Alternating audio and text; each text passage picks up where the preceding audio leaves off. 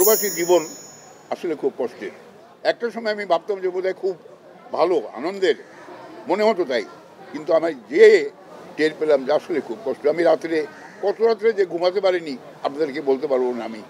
আমার কষ্ট লাগে রাত্রেবেলায় যখন সব ঘুমিয়ে যায়, এই চেয়ারগুলো ভেসে ওঠে, আমার পাশের লোকগুলো নেই, আমি ক্যামেরার শব্দ শুনতে পাই না, অ্যাকশন শুনতে পাই না। সুতরাং যারা শিল্পী, যারা আমার কাজ করার বয়স শুনলে আপনারা অবাক হয়ে যাবেন। আমি 53 বছর কাজ করলাম ছবির জগতে, 53 ইয়ার্স।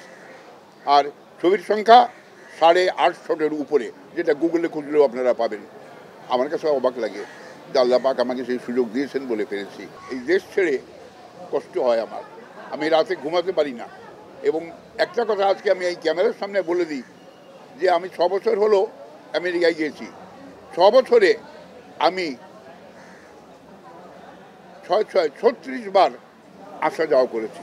আমাকে অনেকেই ঢাকায় বলে যে আপনি কোন সময় আমেরিকায় থাকেন আর কোন সময় ঢাকা থাকেন, আমরা বুঝি না। এটা আমার ভালোবাসা, আমি থাকতে পারি না, আমার কষ্ট হয়, আর কষ্ট হলেই চলে আসি।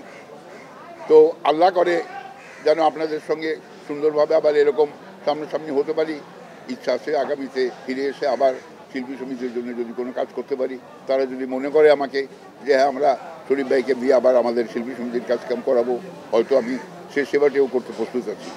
যদি আল্লাহ পাক হায়াত দেন, এবং যদি আমার মেয়ে যেহেতু পড়াশোনা শেষ করে এখন বেরিয়ে যাচ্ছে, সেই বললাম আমার যে গ্র্যাজুয়েশন করেছে বিজনেস অ্যাডমিনিস্ট্রেশনে, আমার ইচ্ছা আছে যে সে ওখানে সেটেল হয়ে থাকবে, আমি এখানে থাকবো, হয়তো মাঝে মধ্যে যাওয়া আসা করবো।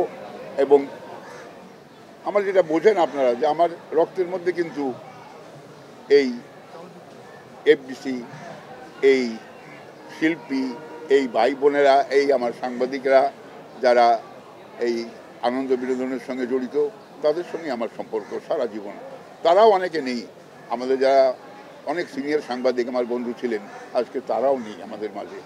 সব মিলে যদি সম্ভব হয়, আল্লাহ যদি আমাকে সুস্থ রাখেন, ভালো রাখেন, ইচ্ছা আছে যে আবার শিল্পী সমিতিতে এসে চেষ্টা করবো নিজেকে শিল্পী সমিতির জন্য কাজে লাগাতে। ধন্যবাদ।